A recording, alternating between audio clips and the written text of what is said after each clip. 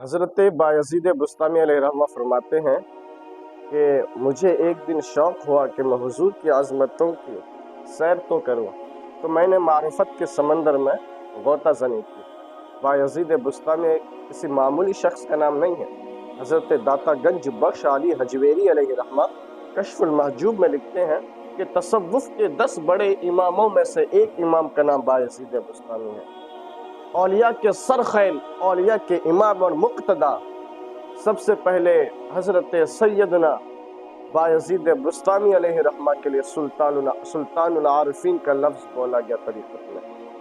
अल्लाहु अकबर। वह सुल्तानुल आरिफीन, वह इमाम औलिया जिनकी पहुँच और रूहानी अप्रोच का आलम यह है कि तैफूर से मक्कतुल मुकर्रमा तक जब हज का सफ़र किए तो 12 साल लग गए।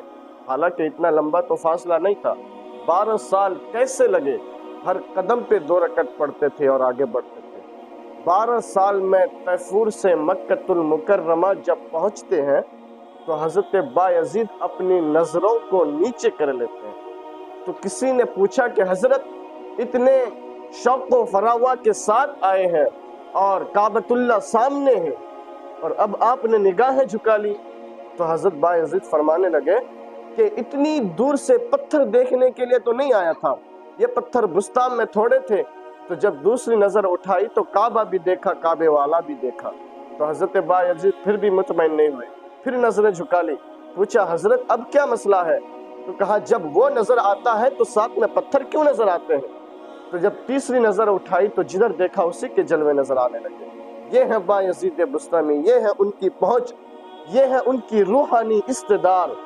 फरमाते हैं कि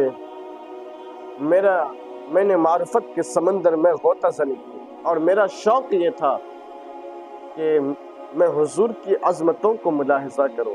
फिर क्या हुआ? फ़इज़ा बैनी व बैनहा अल्फ़ु हिजाबिन मिन नूर।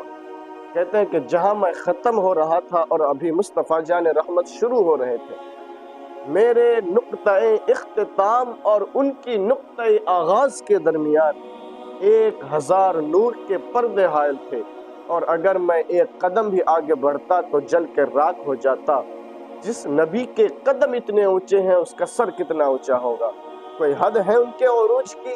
बलगल उलाबे कमालिही। उन मौलवियों का तो दिमाग खराब हो गया कि वो तराजू गाड़ के उसको तोलने लगा जिसको तोला नहीं जा सकता, उसको नापने लगा जिसको नापा नहीं जा सकता।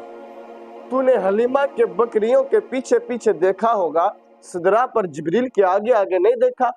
और इकबाल कहता है तूने यूसुफ को कुएं में देखा तो क्या देखा? अरे नादा जो मुतलक था मुकय्यद कर दिया तूने, और तू अभी तक कुएं में देख रहा है, वो मिस्र के तख्त का मालिक भी बना हुआ है।